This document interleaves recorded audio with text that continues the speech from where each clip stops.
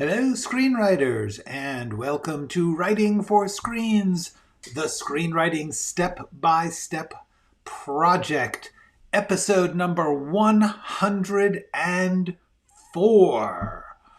Welcome back. We've been on a break for those of you who are watching on video years later and did not notice any break.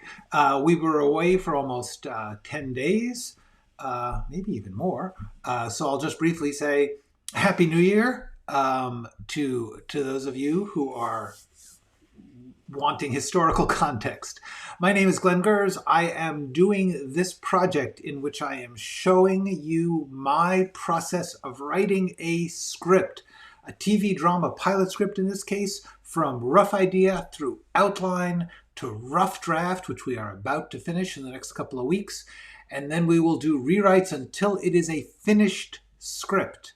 The reason I'm doing this is to try to demystify the process of writing a script. I can't tell you how, if you're going to write a good script, I can't tell you that this is the best way to write a script. It's just a way to get it done, to do the job and get yourself a pile of pages that reads like a script. Hello, Janae. Happy New Year to you. So that's the plan. Every day, 3 p.m. Pacific Standard Time, if I can make it, I come here and let you look over my shoulder, share my screen as I am writing a script. So let's just get to that. I am here. Let's just catch up to where we were, because it's been a while for me. But we are in the middle of the climactic scene, the scene in which the serial killer hunting group, the online group that hunts the cyber sleuths, have gotten a phone call from the serial killer they are hunting. And he is saying he didn't do it. So that's where we got to. The last thing that happened was he convinced them, let's get to the script, that he was indeed the killer by letting them into his heart, his mind, to say, this is what it is like. This is stuff nobody knows. And we want to get to the point here where they say, oh, this really is him. They believe him. Now what? Hello, Linda Beth. Happy New Year to you. Thank you for your message. I am glad you are here. It is great to have you guys watching. Feel free to ask questions as I work. What I'm going to be doing now, what we're doing right now is just putting down the most basic, rough, this is what we need no matter what to somehow get to this point. I'm going to go back later and do rewrites and polish it and take some parts up and push some parts back, get it all to work out as a good read. But right now I just want to make sure the important stuff is in there. That's the key to a rough draft is making sure you've got a little something to work from. That's really all a rough draft is. The diggiest dog, thank you. Well, you're going to see me write it as we speak, because that's the deal here is I've got a blank page now. I got this part to fill in. I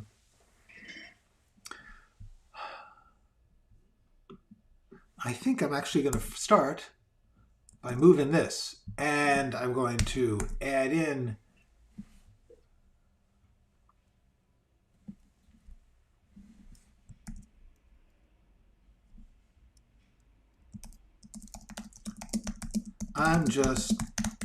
this is too vague what I just wrote, but it will serve as a placeholder there for what this is called as an adjustment, is a change of beats. This part of the scene was when Deakins, the killer, is telling them his story, and then they are reacting to it, and then they are going to, there's like a changing point, and honestly, I'm putting this as a placeholder. I want something to signify to the reader, to the actors, that there's a shift in mind, that they have accepted what he is saying, and now they are going to move further. Norman's going to ask a new question. And that answer to that new question is going to be strong stuff. Is going to be powerful and shocking. Okay. Hello, N. Hi. Happy New Year. Welcome. So The thing that we are getting to, the thing that they have to do is that they have to, the first thing is they believe him. Madeline says it first. I think he's telling us the truth. Yeah. Cool. So, I think he's telling us the truth.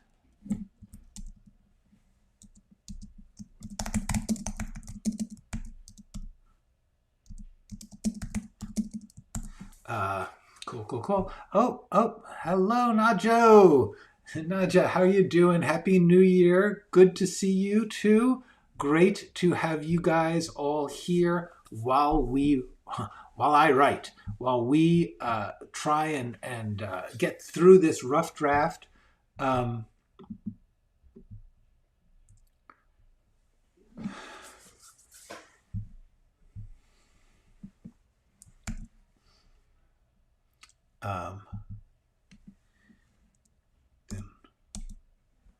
Then what do we do? If you didn't kill George, who did? If you didn't kill George, who did? All right, so let's get the okay.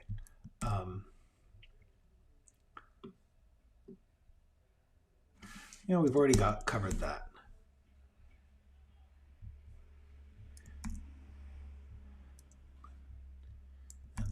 But if you didn't. Okay, so that's it. All right, what? This is the roughest of rough, I'll tell you that. Let's see.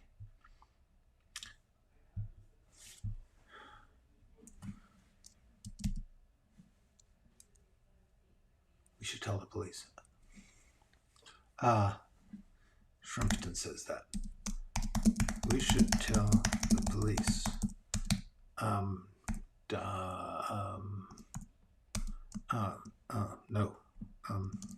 No. Please don't do that. Why on earth not? Why on earth not? Why on earth not? Someone's trying. Why on earth not?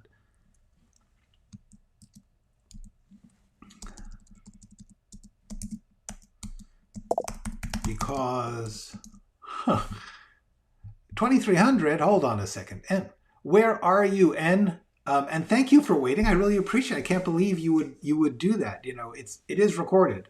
But if you're here, ask questions, let me know where you are at 2300, 11 p.m. That's late. I don't want to keep people from getting their sleep. That doesn't seem right. It doesn't seem healthy. But because they are going to, I'm going to get to your questions in a second, Diggiest. They're going to want to, because they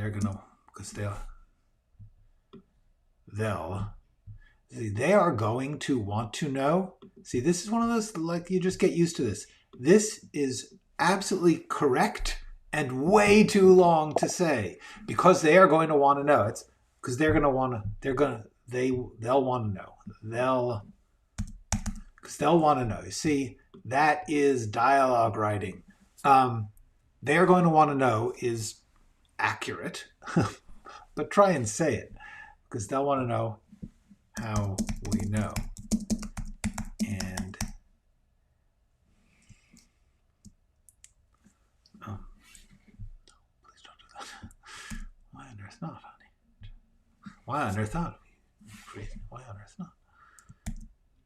Because they'll want to know how we know.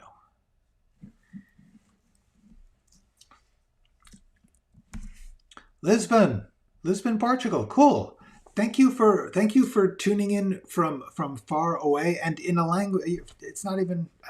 I don't know how to speak anything but English, so I'm always amazed when anybody else knows English that doesn't live in an English-speaking country. Okay, let me quickly check on Diggiest Dog's question. When do you believe it's more appropriate to use a storyboard or a script for a project, or would you use both? Okay, the only reason to use a storyboard. Here, let's leave this up while I talk about this. The only reason that you would do a storyboard is if you are planning to make it yourself. If you're not making it, you don't get the right to storyboard, honestly. You can have somebody do storyboard sketches if you're trying to sell it, if you're trying to direct it. But if you are just writing a project that someone else is going to take on, to produce, to make, they don't want your storyboards. They want your script. You must have a script. Even if you are George Miller, who supposedly storyboarded Fury Road as a way of writing the script, ended up by then writing the script from the storyboards. Every project needs a script. Producers need a script. Directors need a script. Actors need a script. You as a director, if you are a writer-director, you may think you just need a storyboard, but you need it in script form to communicate with everyone else who is in the project. They all work from script form. It's how they're used to working. If you are doing a DIY project, if you're making a movie yourself and you just want to write it as a storyboard, cool, do that. You can do whatever you want. It's yours. It's DIY. But if you are doing anything that is going to require collaboration with professionals, they are going to need a script. So that's it. If you want to do both, if it helps you to storyboard first and then write the script from the storyboard, cool. Just remember that as a script writer, you can't determine shots, you can't determine cuts, you can't determine angles. That's not in the script. So while it may help you to picture it, the truth is, be careful that you are not letting visuals replace dialogue and action and character, because that's what the script is made of and that's what people are counting on. And if you have something that you think is going to look really cool, but you haven't built it so that it can be scripted with characters saying lines and taking actions to tell a story, there's a hole there, which it's sort of helpful to have a script, because if you write a script, you need the characters, you need the action, you need the dialogue. You can't get around it by saying, oh, this will look nice. In theory, if it is a completely visual project, of which there really has not been such even in the silent era, they had intertitles. So the answer is you need both. You always need a script. If you want a storyboard, then you need both. 160, down to 96. All right. The unnecessary fourth act. Yes. Cool. Good. Storyboards only if you are making it, if you are directing it. If you are just writing it, don't do storyboards. I mean, you can if you want, but it's not going to help. Okay.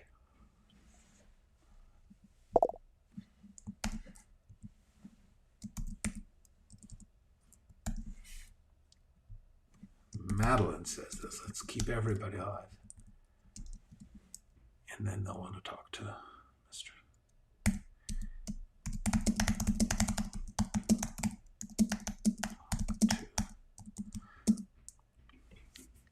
And then they'll want to talk. Our visitor here, our guest.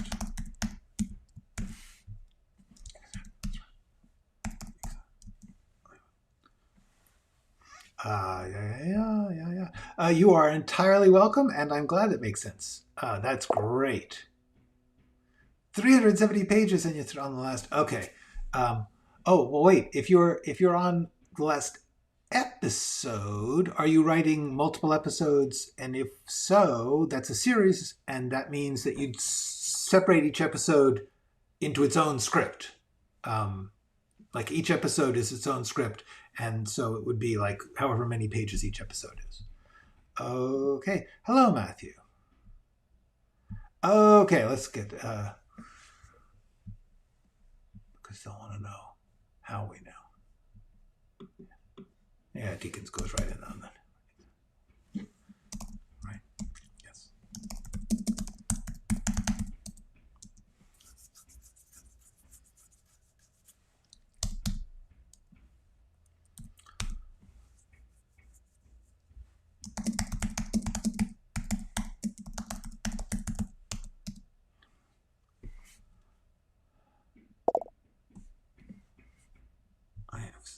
So many questions.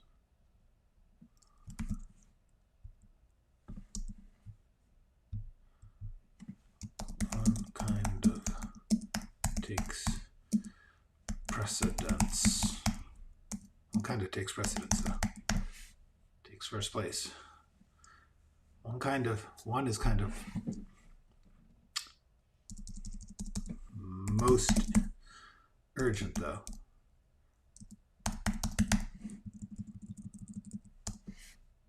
One.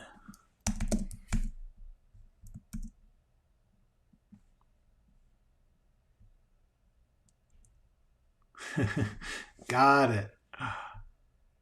Okay. One is kind of most urgent, though. Oh, by the way, what Natasha just said is very true. Keep your old drafts. Do not delete them. This is really good advice. This is really important. You know, no matter, first of all, now, especially since it's digital and it doesn't take up any physical space in your world, and I mean, how much space could it even take up on your drive? Don't throw away your drafts. Just make a copy, put a new date on the new one, and leave the old one there. You never know what you might need from it. You might want to look back at it and grab some hunks of stuff that you cut out, or you just never know. Also, legally speaking, if you ever have to prove that you wrote it, if you email somebody or yourself a copy of a draft on a certain date, that's, I think, kind of proof that you wrote it at that point in time. Okay.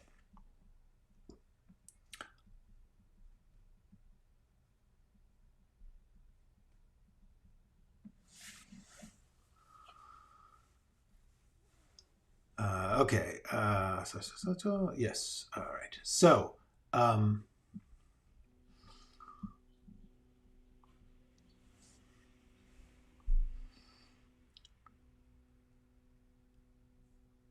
is kind of urgent, too. What is it?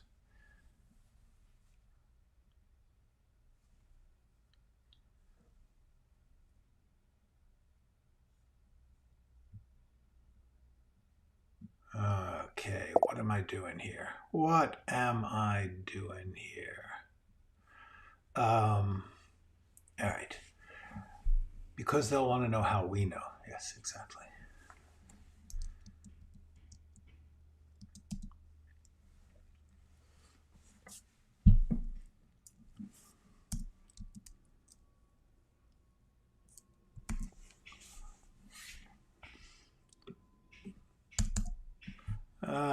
I just want to take a moment to give the reader this info. Like right now, nobody's saying it, so I'll take a second to realize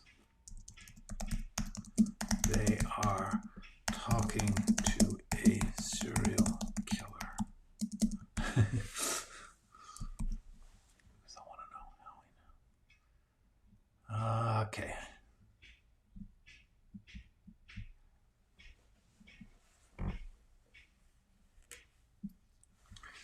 Okay, so what else do we need to get in? So he says, don't do that.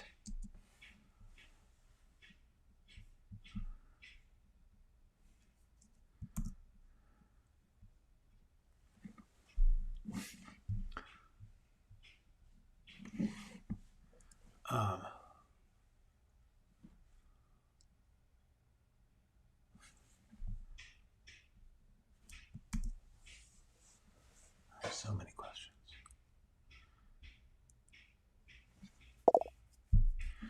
Wait a second. Let's see what's going on here. Boom, boom, boom, boom, boom. Gosh, you guys are talking about some interesting stuff here. Let me just see what's going on in the chat. IMDb Pro, do you use it? Has it been useful to you? The only real reason to use IMDb Pro is if you are planning to contact people in the industry directly or find out what projects they have in development, things that are really only useful if you are trying to really work your way into the professional level. If you've got a bunch of good scripts and ideally some kind of reason to tell them, hey, pay attention to me. Honestly, the companies that if you reach out to a company with, and hey, I've got a script, they don't want to know. They've got too many scripts coming from high class agents with people with great credits and experience.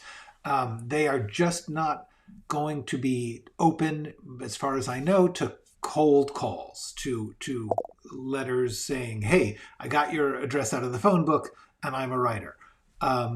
So I would say IMDb Pro is useful when you are trying to make your way into the business, but you be sure you can afford to spend that money for something that's honestly, I don't know.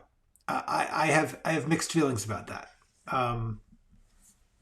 The cool thing is, first of all, you get everybody's credits for the things that didn't get produced. IMDb Pro is IMDb, but it includes the business stuff. For instance, projects that are in the works but not announced yet. They will often put them on their IMDb Pro listing so that you can find out what they are working on or what they have worked on that didn't get made. Sometimes that comes. So the credits lists are actually kind of interesting. There's stuff like that. It can be useful when you're trying to find an agent and you want, or if you get introduced to an agent and you want to know more about them, you can see very often the list of who they represent. That's kind of useful. But this is at a pretty advanced level of professionalism. All right. Yes. Yes, indeed. Well, expert. I don't know. Okay. Yeah. If you can, I have. If you can see behind me here, hold on. This is from this stuff here is my boxes of old drafts and such like from before I was working on the computer, because that's how old I am. So yeah, if possible, even then, if you can keep your drafts, at least your serious stages of evolution of a script, it's not a bad idea to keep them if you can. Down the line, it's probably going to be somehow or other you're going to need to get stuff into a digital format. Most people read now. Most editors, most producers, most development people, they're going to read a PDF anyway. So you're going to eventually want to get to that. Handcrafts way to, somehow or other for hundreds of years, we all managed to get stuff written.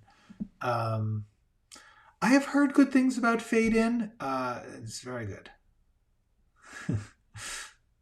Okay. Yes, absolutely. N, you are doing well if you are piling up the material. Okay. Good. What else is happening here?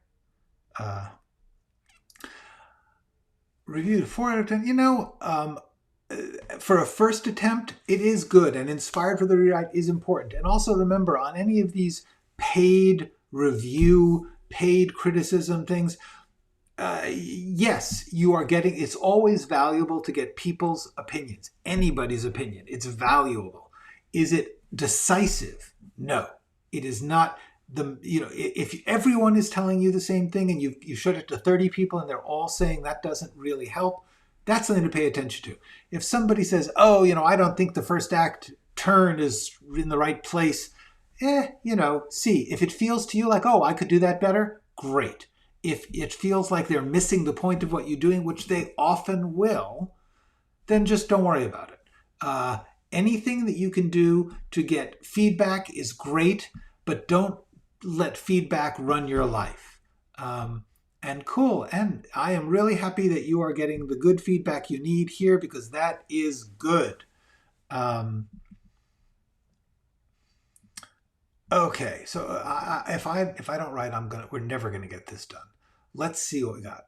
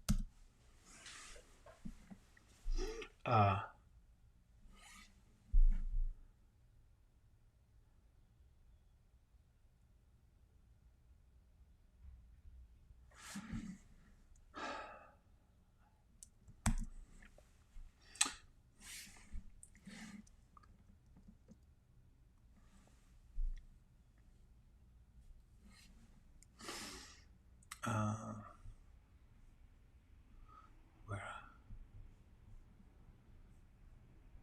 Okay, this is important.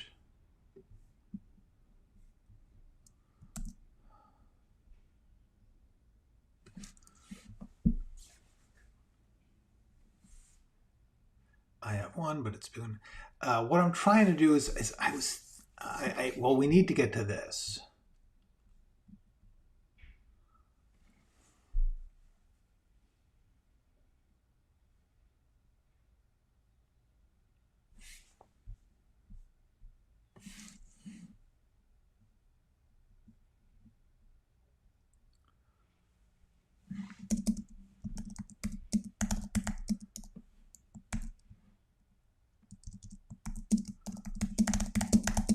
To record this part. No, I don't think. No, I don't think I want to do that. No, I don't.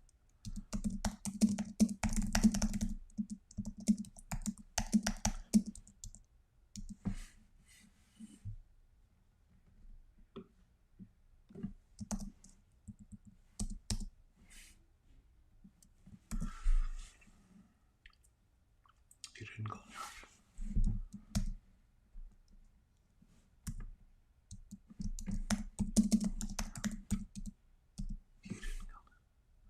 If you didn't go.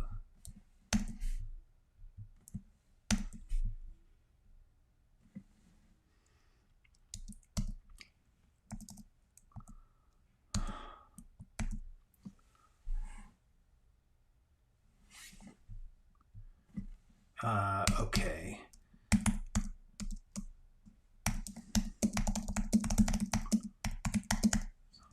Someone who doesn't like you very much.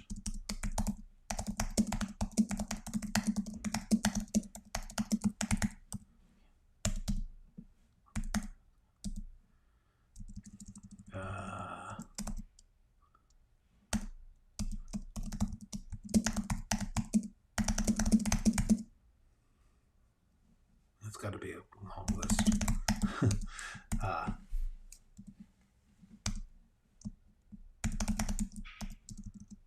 Someone who wanted you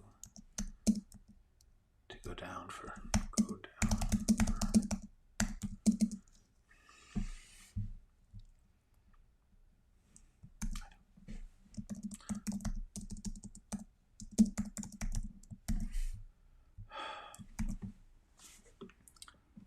I don't know how to say this, but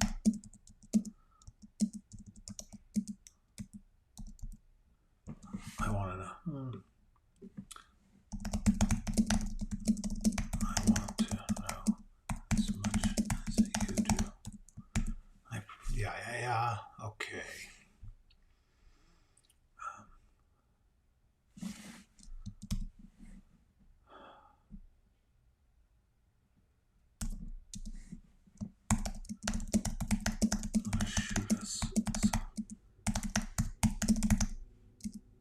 Some contact info, so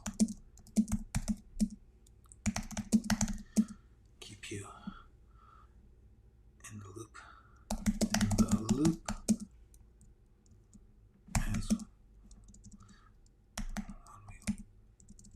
As we work on it. I don't think so. I don't think so.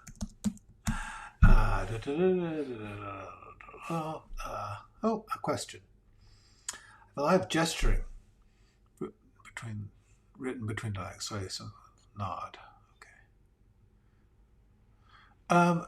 Well, it depends. Here's the thing. For instance, in what let's use what we're writing here because it's dialogue, so we can talk about this. So, for instance, like you could write as a stage direction in between each sentence. You could say, Xena grabs up her pen and paper. I mean, she wouldn't do that, but or and tries to get his attention.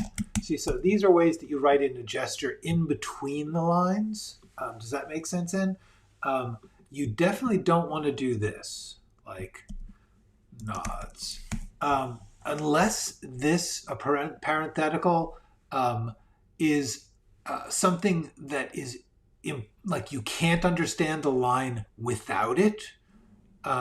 You don't want to be telling the actors how to act. You don't want to tell them, whether or not they nod, it's not going to change the flow or meaning of the scene. So if you're doing it for a kind of rhythm, like she sips her tea and puts the spoon carefully aside, that's a gesture she's making because it is a way of controlling the moment. She's trying to stall, or she's trying to think, or et cetera, et cetera.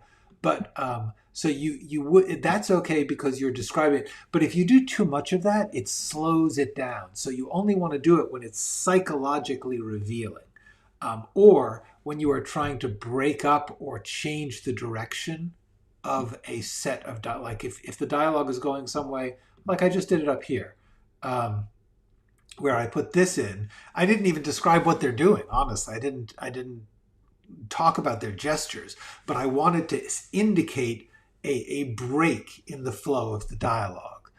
So that's something you do. But you don't want to. You want to do this only to the extent that it is helping the scene move. You do not want to slow down the scene to describe what everyone is doing all the time, if they might not do that. If the actors and director you are going to decide whether they're standing or sitting, whether they are walking or pausing, that's nothing you ever write in, because while you may picture it a certain way, they are going to need the freedom to play it the way they play it. That's their job. Your job is to give them the words that they are going to say the way they say it. So I would say, just in general, think about the purpose of those little descriptions. Unlike fiction, where you might describe every little gesture, in a script, you really don't want to put in a gesture that doesn't have a psychological or plot-related meaning beyond just telling us what everyone is doing. Let the audience, let the reader get involved in the byplay of the words, of the dialogue, of the interaction between the characters. That's the most important thing about writing dialogue. So, okay. How about this? Shoot me your contact.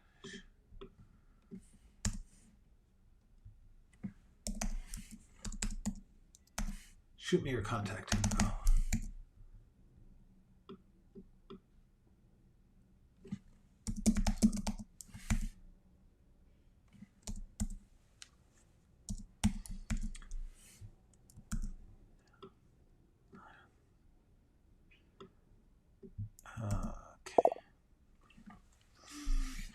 You are very welcome. Okay. Have I covered anything? Oh no, here's it.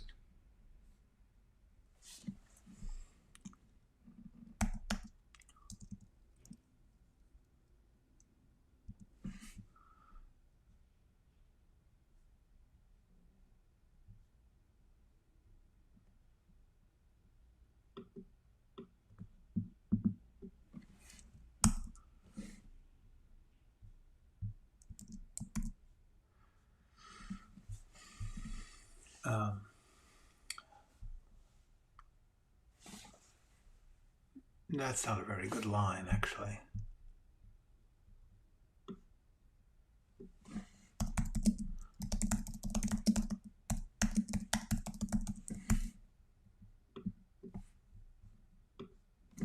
Whoa.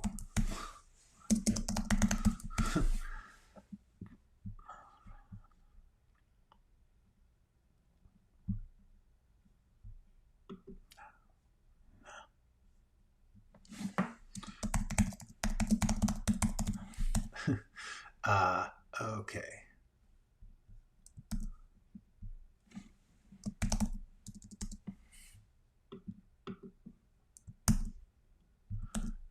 Somebody wanted you to go down for this.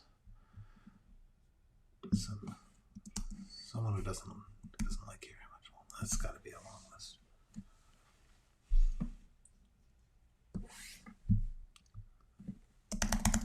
Pointed the cops right at you.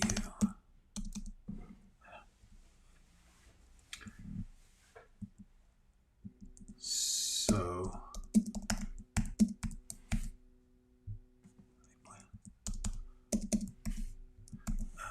oh, go away, Hibdi. Let's get rid of that. Okay.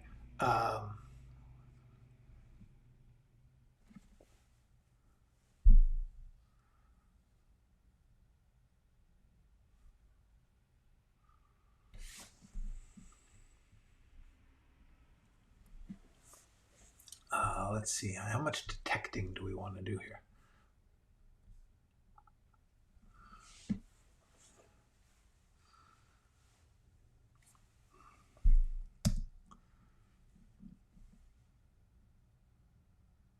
See, we got some mechanics to get in here, which is that we need to get to the idea that that he did not know that George was was trying to lure him, trying to get his attention. Because that's the next point we want to hear, is that he didn't even know about George, so he had no idea.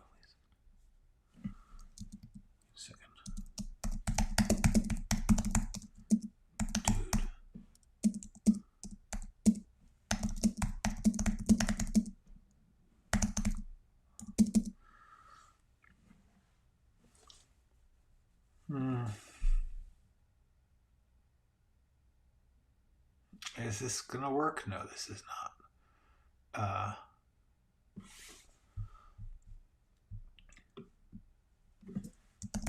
If it makes you feel any better, we just found out you didn't have a motive. We just found out you didn't have a motive.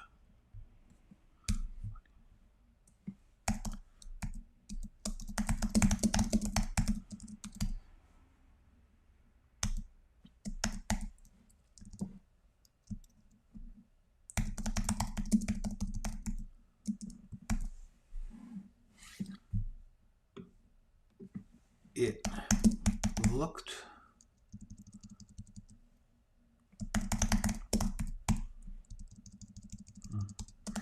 looked like you killed George because he was going to reveal new evidence that identified you.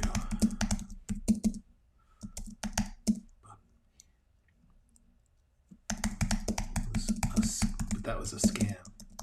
He didn't have anything. He didn't have anything. It was just to bait you, lure you, bait you, provoke you. You out in the open. It doesn't help. It doesn't help.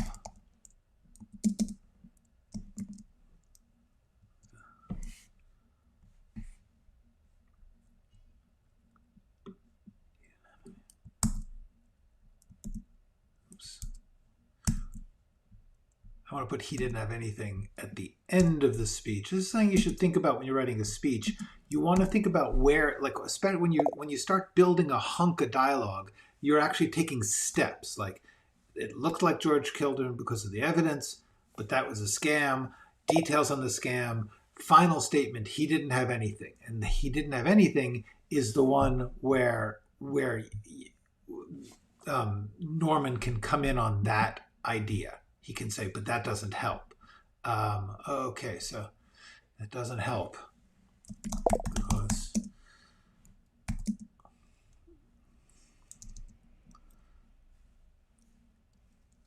he would have been lured out by fake evidence just as much as a real.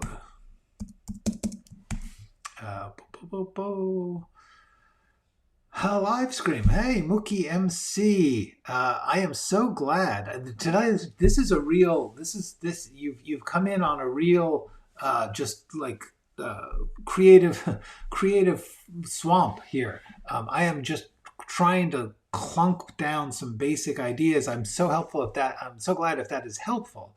The funny thing is, when I do this, the reason I do this is because I've done this enough over the decades to know that until I have got my ideas out of this form here and into this form, I can't figure out how to actually write it. Like, I know that what I'm writing here is not working, but it's okay. I don't feel panicked about that because I know that when I set it aside and then I look back at it again in a week or so, I'm going to be like, oh, well, this part now is more important than that part.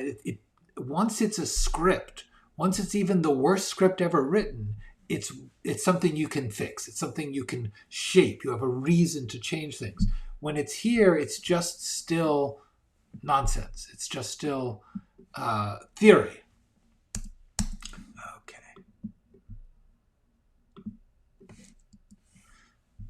Okay, so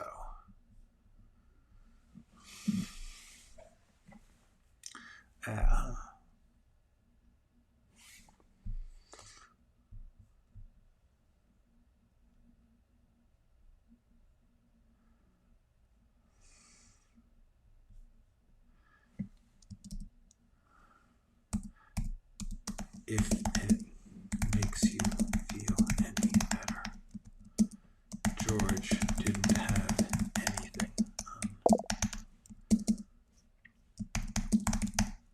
We don't have any way to find George didn't have anything. Makes you feel any better.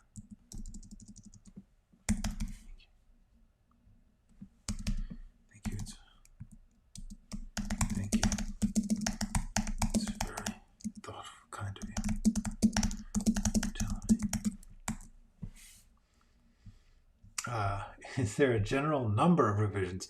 You know, a final draft or a working draft? A working draft, it's the next one. I mean, everything you do from then on is a working draft. But a final draft, honestly, 10, 20, I don't know, 3, it'll depend. In this case, it's going to be a bunch. Although I'm not going to go final crazy. I'm not going to worry about every little thing. But, 3 or 4 is not unusual. I have to tell you, 10 is not unusual. Going over it 10 times, that's not unheard of for me. For most people, I think. I think one of the most important things that you can know as a writer, as a professional writer, as a skilled writer, is you do it a lot. You go over it a lot. I think I actually have that here as like a bit of advice. You go over it and over it and over it. That's the best way to do it here. Nobody gets it all at once.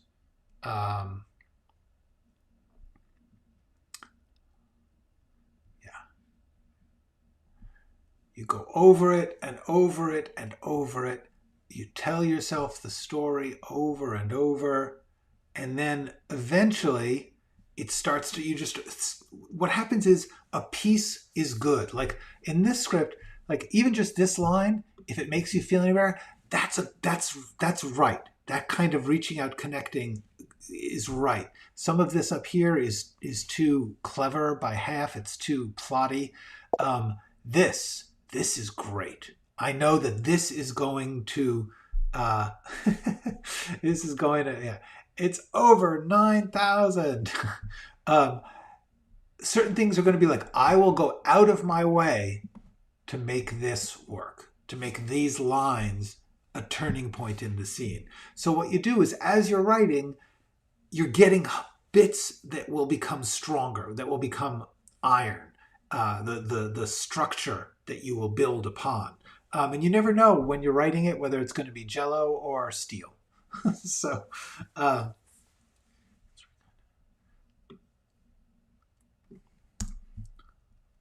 uh,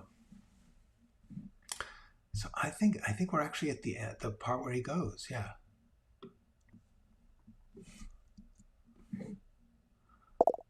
Yeah, I think that's it. Hold on, we're going to move this up here.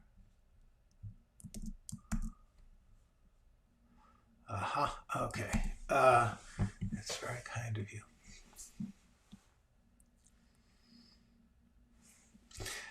Yeah, like I've got some ideas in here, but I don't think they're in the right order. But that's okay. Um,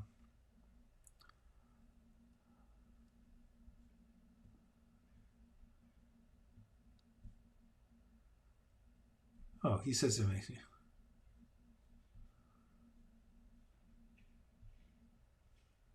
Yeah, I'm going to take this out because Madeline.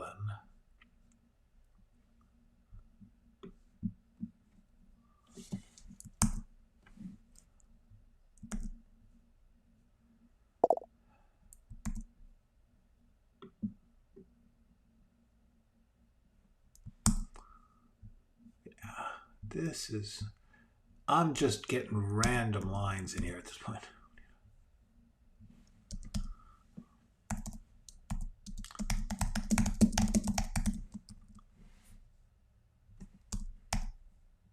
I didn't even know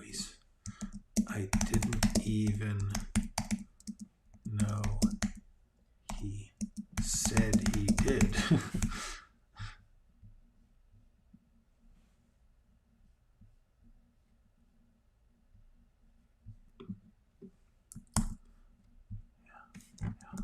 Yeah, so it doesn't help. Yeah, so that.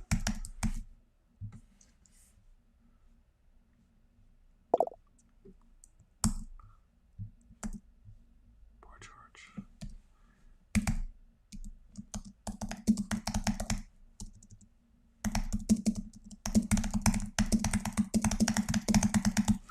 That's good.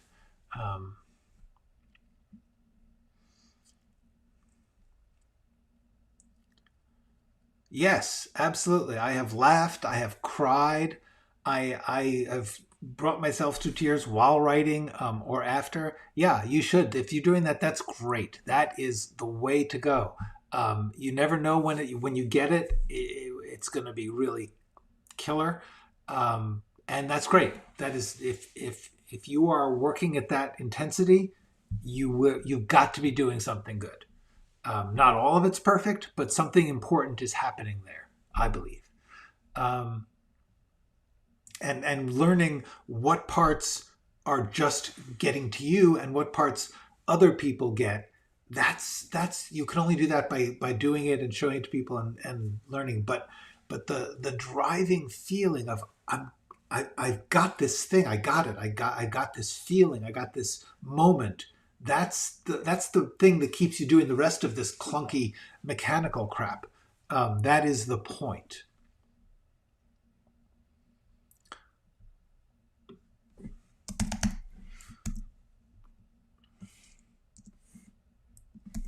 So how am I going? Okay. Um, yes. Yeah. Or sometimes they're just cool. Sometimes they're just clever. Sometimes you'll just think of something funny, or you'll just think of something, whatever it is. Oh, go away. Um, something something will make sense to the overall point of the project. Something will make sense to the reason it exists, the reason you're doing it. And those are the things, and sometimes you don't know what they are until you write them. And then you're like, oh, that's the most important thing now. I just discovered by creating it a thing that's worth organizing the rest of it around that. And there's lots of them. Every scene sometimes has one. It's not like there's only one per script. There's a lot of these little keys, these little pillars that you hang on to. I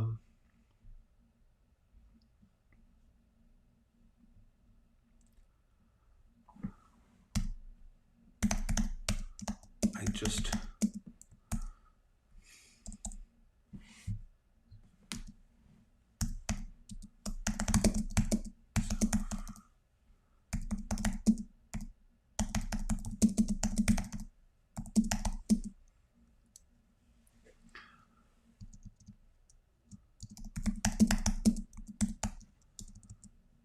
want to keep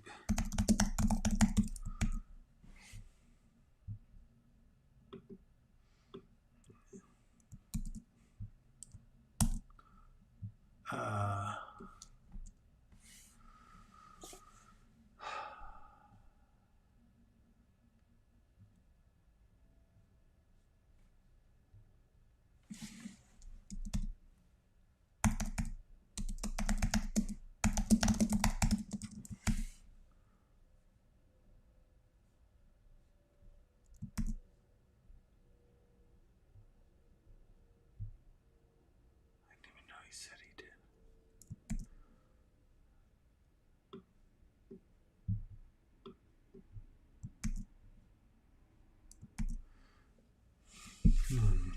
All right, because I feel like we're almost done with this scene. That it's just, how do we get Deakins off? How do we get Deakins off this call?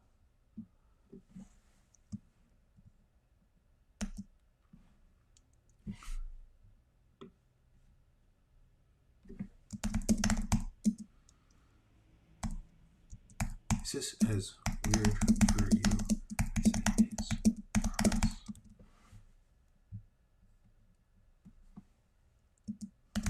Never talked about it to anyone.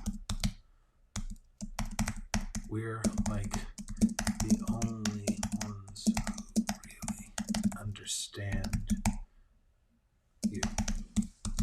I don't think that's true. I don't think that's what we want.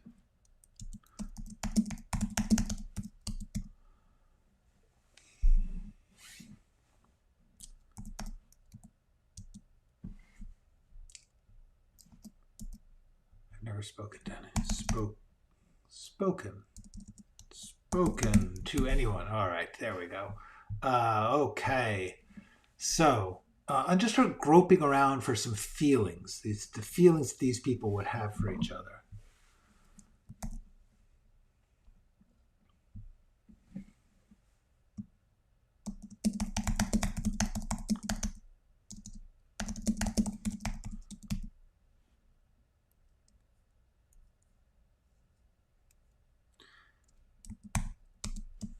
Take care.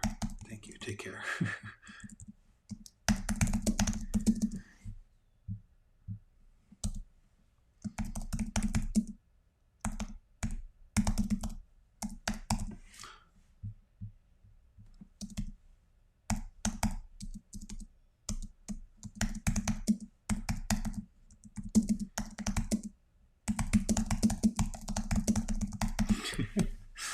There we go.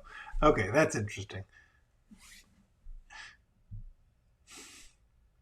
Yeah, that's okay. I'm groping towards the moves of the scene.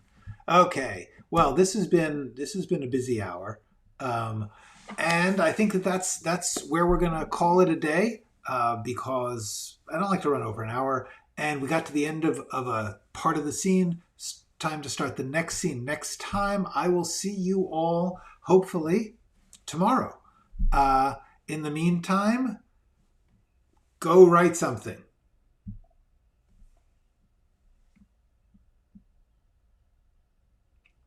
Oh, wait a second. You know what? I'm going to answer this. We're still on. Okay. I'm going to do one more last question. Use that. Okay.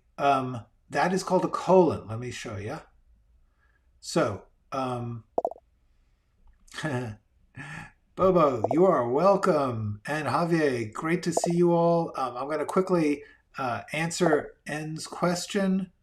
Uh, yes, yeah, yeah. Since you stayed up till midnight, I want to tell you. So when you say the colon, like here, this one, is that what you're talking about?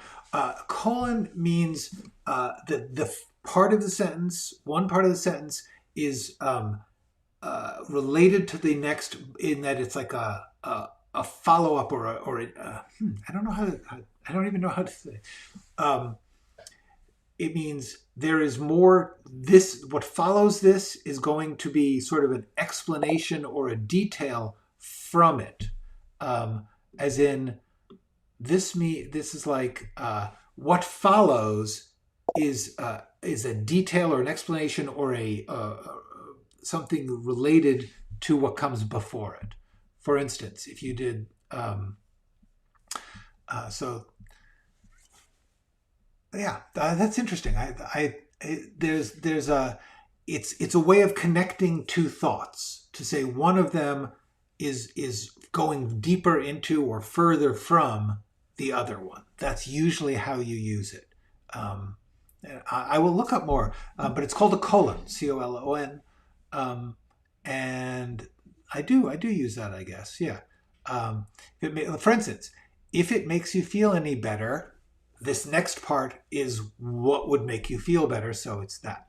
Um, and then I do it here, so it's like, because she's speaking sort of conversation. We're like the only ones. Like is sort of a messy way, but she's like, we are like, this is a detail about what we are like to you in this situation.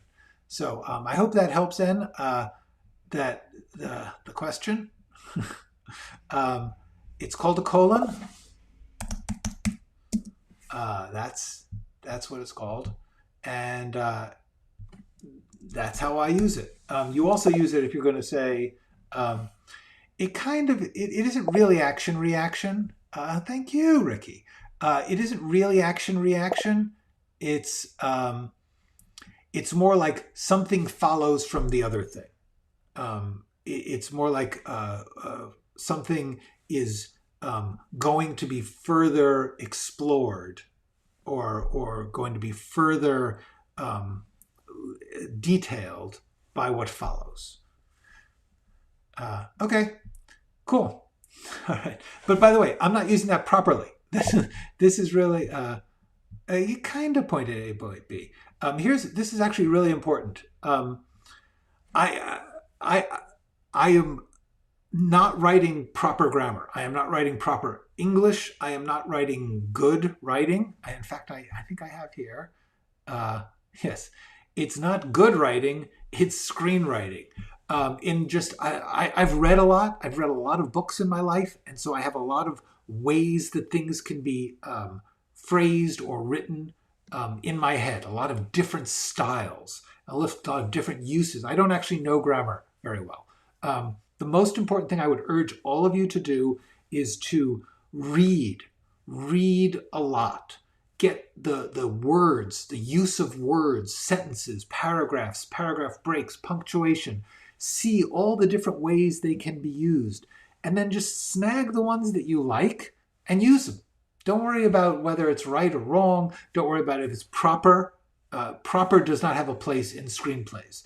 Screenplays are conversational. They are casual. They are whatever works. Sometimes it's a pause. Generally, a colon is generally. I'm going to look this up at some point and actually describe it. Actually, hold on. Let's just do this right now. I'm running late. I'm running over. Colon, punctuation, not colon as in part of the body. Okay, yeah.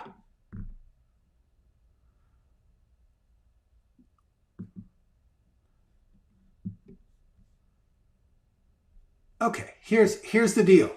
Yeah, I'm gonna just show you this. Okay, so a colon is either introducing a list. You got that? Like you could say, like, here are 7 types of vegetables, colon. carrots, apples, whatever.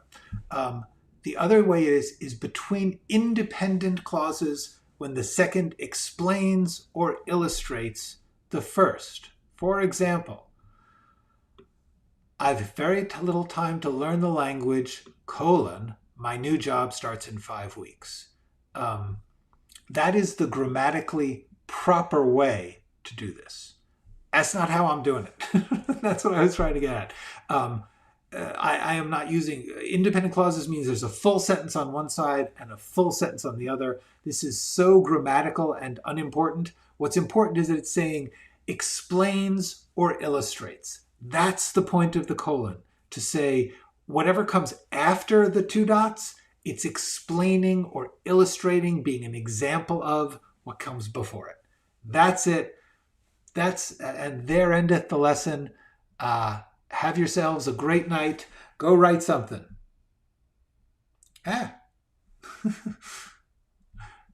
Okay, go write something. It's not working. Oh, I locked it by accident. That's why. Okay, you're just gonna have to go write something without it. I locked the credit. Okay. Okay, time to go.